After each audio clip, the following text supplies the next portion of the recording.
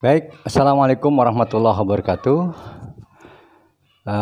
Bertemu lagi dengan saya Nur Soleh selaku dosen pembimbing mata kuliah Manajemen Lintas Budaya. Pertemuan kali ini kita akan ngebahas mengenai tentang pengertian lintas budaya. Jadi lintas budaya itu terjadi ketika manusia dengan budayanya berhubungan dengan manusia yang lain dari budaya yang berbeda, berinteraksi, saling mempengaruhi, memberikan dampak positif dan negatif. Kemudian adanya perbedaan budaya karena memang budaya itu bersifat dinamis dan berevolusi. Jadi budaya itu selalu sifatnya dinamis dan berkembang sesuai perkembangan zaman itu sendiri. Kemudian lintas budaya menciptakan nilai untuk menentukan mana yang tepat dan dapat diterima oleh budaya yang lain. Sehingga menjadikan manusia dapat berkomunikasi dengan baik, mempererat ikatan, memberikan keunikan dan berbagai pengalaman dari satu budaya dan budaya yang lain. Kemudian terciptanya perdamaian dan harmonisasi kehidupan antara budaya satu dengan budaya yang lain. Perbedaan budaya itu karena disebabkan beberapa hal. Yang pertama itu karena nilai-nilai sosial di suatu daerah. Kemudian ada juga peran dan status. Ini juga akan mempengaruhi perbedaan budaya. Status satu orang dengan orang yang lain, peran satu orang dengan orang yang lain, atau peran satu daerah ke daerah yang lain, ini akan mempengaruhi perbedaan budaya itu sendiri. Kemudian perbedaan budaya karena memang pengambilan keputusan yang berbeda. Kemudian ada juga konsep waktu. Ada orang berbeda memaknai waktu dari satu tempat dengan tempat yang lain. Ada yang memaknai waktu itu adalah uang, ada yang memaknai waktu itu adalah pedang dan seterusnya. Kemudian ada namanya konteks budaya. Ini juga akan menumbuhkan perbedaan budaya. Kemudian bahasa tubuh, satu daerah dengan daerah yang lain, bahasa tubuhnya akan berbeda ketika cara berbicara, cara berkomunikasi dan lain sebagainya. Selanjutnya ada perilaku sosial. Kemudian ada perilaku etis. Satu daerah, satu negara dengan negara yang lain mungkin ukuran etik atau etis itu agak berbeda. Misalnya Timur Tengah dengan Barat itu ukuran etisnya itu berbeda. Kemudian ada perbedaan budaya perusahaan. Suatu negara itu akan memiliki perbedaan perusahaan misalnya BUMN, perusahaan daerah, perusahaan multinasional, bahkan perusahaan-perusahaan di daerah yang lain itu akan berbeda budaya bekerjanya pula. Apa sih tujuan pemahaman lintas budaya? Itu yang pertama, kita menyadari bias budaya sendiri. Budaya tidak selamanya satu daerah itu bagus ataupun komplit ya. Maka kadang-kadang budaya kita juga ada kekurangannya. Maka budaya satu tempat itu memiliki kebiasaan tersendiri. Kemudian lebih peka secara budaya. Jadi orang ini akan memahami sesuatu kalau kita melalui pendekatan budaya. Kebiasaan seseorang itu didekati melalui kebiasaan dan budayanya itu sendiri. Selanjutnya memperoleh kapasitas untuk terlibat dengan anggota dari budaya lain untuk menciptakan hubungan yang penuh toleransi. Kita akan menciptakan harmonisasi, maka kita harus paham budaya satu daerah tertentu. Maka kita harus mempelajarinya dan minimal kita bisa berkomunikasi dengan budaya mereka itu sendiri. Selanjutnya, merangsang pemahaman yang lebih besar atas budayanya sendiri. Memperluas dan memperdalam pengalaman. Mempelajari keterampilan komunikasi yang membuat seseorang mampu menerima gaya dan isi komunikasinya sendiri. memahami budaya sebagai hal yang menghasilkan, memelihara semesta, wacana dan makna bagi para anggotanya. Kemudian memahami kontak antara budaya sebagai input terhadap asumsi-asumsi, nilai kebebasan dan keterbatasan-keterbatasan. Jadi kita memahami budaya itu mampu mendapatkan masukan informasi yang jelas ketika ingin berkomunikasi dengan daerah lain atau negara yang lain. Maka kita harus memahami dulu budaya tertentu, sehingga kita bisa berkomunikasi dan melakukan harmonisasi dengan daerah tersebut. Kemudian memahami model, konsep, dan aplikasi bidang komunikasi antar budaya. Nah, kita juga harus memahami model satu daerah yang lain kita harus pahami. Selanjutnya, menyadari sistem nilai yang berbeda dapat dipelajari secara sistematis, dibandingkan dan dipahami. Jadi memahami budaya, lintas budaya itu kita juga harus memahami secara sistematis. Kemudian membandingkan budaya yang satu, kultur yang satu dengan kultur yang lain dapat dipahami secara benar. Selanjutnya kita akan memahami transmisi budaya. Transmisi budaya itu adalah kegiatan pengiriman atau penyebaran pesan dari generasi satu generasi yang lainnya tentang sesuatu yang sudah menjadi kebiasaan dan sulit diubah. Ada beberapa hal yang perlu dilihat dari transmisi budaya itu. Pertama ada enkulturasi. Enkulturasi atau pembudayaan.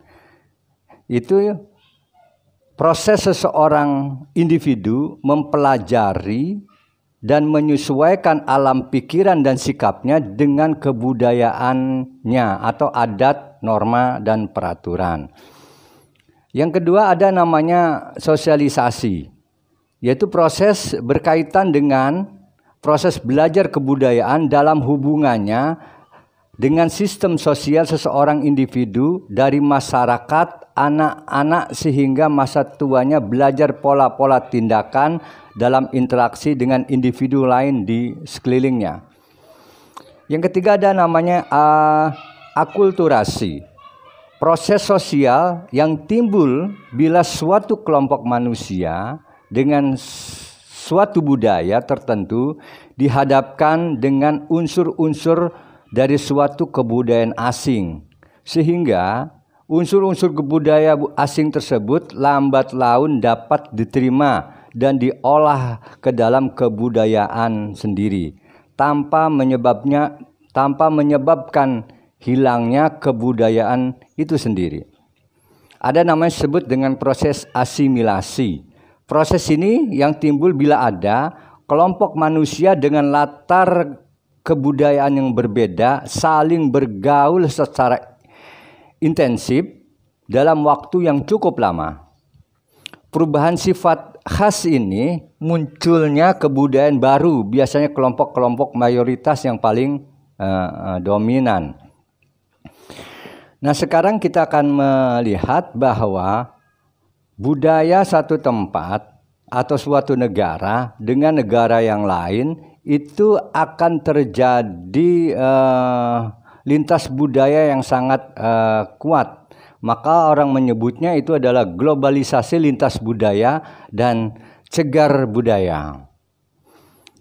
Menurut Luhan dan Bruch memaknai globalisasi dengan global village, yaitu peningkatan kesadaran manusia yang satu atau terciptanya homogenitas dunia sebagai akibat dari kesuksesan komunikasi secara keseluruhan dalam kampung dunia.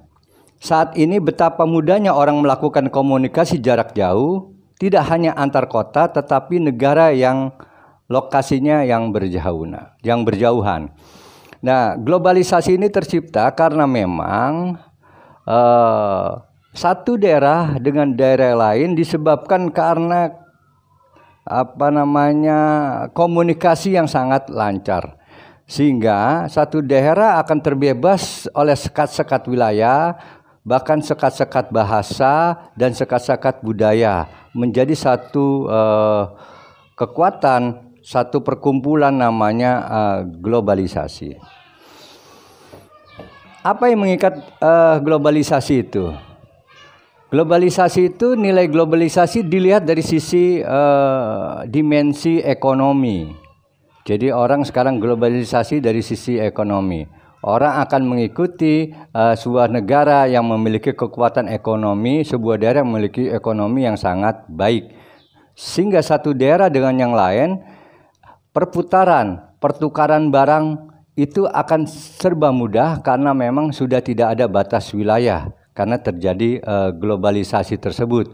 Sehingga apa yang kita makan di sini itu bisa juga dimakan oleh orang-orang Arab, bisa juga dimakan oleh orang-orang Eropa dan seterusnya. Maka ada makanan itu bisa dimakan oleh siapapun. Termasuk misalnya ada beberapa makanan yang di Amerika kita bisa makan di sini. Itu terjadi dimensi ekonomi. Kemudian ada namanya dimensi teknologi.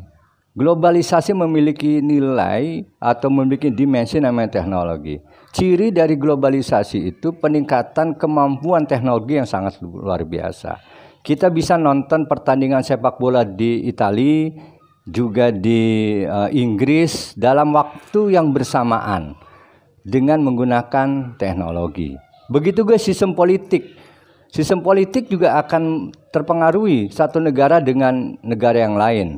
Karena apa? Karena seluruh masyarakat itu bisa melihat kejadian-kejadian politik itu di sebuah negara. Pemilihan di Amerika bisa kita lihat pada hari ini. Kemudian pemilihan pemimpin di sebuah negara kita bisa lihat dalam satu media saja. Bahkan media sudah menyiarkan proses politik di sebuah negara dengan sangat mudah. Kemudian ada namanya dimensi kebudayaan. Dan kebudayaan sekarang juga sudah mulai berasimilasi atau bercampur satu daerah dengan daerah yang lain disebabkan karena global tadi. Sekarang bisa kita lihat budaya menggunakan medsos itu di semua daerah sudah menggunakan medsos. Artinya budaya barat, budaya timur sekarang sudah hampir menyatu disebabkan karena kemampuan proses komunikasi dan teknologi yang terjadi di masa sekarang ini. Proses globalisasi dapat diidentifikasi ke dalam 5 sumber. Yaitu pertama, kenapa terjadi globalisasi yang sangat cepat tersebut? Maka kita bisa mengidentifikasi dengan 5 sumber. Yang pertama ada dinamika teknologi yang sangat luar biasa perkembangannya. Sekarang muncul ada teknologi menggunakan smartphone. Jadi semua sekarang sudah bahasanya satu, yaitu aplikasi. Makanya sekarang dinamika teknologi sangat luar biasa. Pergeseran pemikiran seseorang itu sudah mulai tergeser dengan adanya teknologi. Kemudian ada masalah global, keamanan dan kerusakan bumi. Terjadi kerusakan satu bumi ini tidak sendiri rusaknya karena memang dipengaruhi oleh dunia yang lain. Misalnya kasus rumah kaca. Misalnya tentang pemanasan global. Itu bukan hanya dialami satu daerah ke daerah yang lain, karena memang semuanya akan merasakan dari perubahan iklim global tersebut. Kemudian kemampuan satu negara dan negara yang lain terbatas. Maka negara satu misalnya Indonesia keterbatasan ekonomi keuangannya, maka negara yang lain memiliki keuangan yang lebih bagus, maka akan terjadi globalisasi keuangan secara menyeluruh. Munculnya banyak kasus HAM yang disuarakan oleh NGO. Terjadi pelanggaran-pelanggaran HAM sebuah negara itu akan terlihat, akan disaksikan oleh negara-negara yang lain. Sehingga proses globalisasi, proses masalah hukum juga itu masalah terjadi di seluruh dunia dan secara bersamaan kita bisa melihatnya. Yang kelima, munculnya keahlian-keahlian tertentu. Nah sekarang ini dengan revolusi industri 4.0 ini akan memunculkan keahlian-keahlian baru. Ya, salah satunya adalah muncullah manusia-manusia kreatif membuat bisnis dalam bentuk yang lebih menguntungkan dari sisi ekonomi. Maka Globalisasi akan terjadi dengan adanya banyaknya orang-orang ahli yang muncul disebabkan karena kondisi perekonomian yang semakin global seperti ini. Kemudian ada banyak kasus globalisasi disebabkan oleh perkembangan pertama informasi. Jadi kasus globalisasi disebabkan oleh pertama informasi yang sangat cepat sekali. Kemudian ada namanya teknologi transportasi yang online. Sekarang ini perkembangan bisnis online, transportasi online sudah menjadi kenyataan. Kemudian ada di sisi politik, kemudian juga ada sisi ekonomi. Krisis ekonomi satu negara akan mempengaruhi negara yang lain karena memang ekonomi sudah menjadi global. Kemudian munculnya banyak organisasi-organisasi dunia termasuk MEA, Masyarakat Ekonomi Asia, juga masyarakat ekonomi Eropa dan seterusnya, menjadi satu penguatan bagaimana proses globalisasi itu berkembang. Itulah perlunya kenapa kita mempelajari lintas budaya, agar kita mampu memahami situasi pergerakan globalisasi antara satu negara dengan negara yang lain, agar kita bisa memahami budaya satu negara dengan negara yang lain. Untuk itu kita perlu mempelajari bagaimana manajemen lintas budaya tersebut. Demikian, terima kasih. Nanti kita akan ketemu lagi minggu depan. Assalamualaikum warahmatullahi wabarakatuh.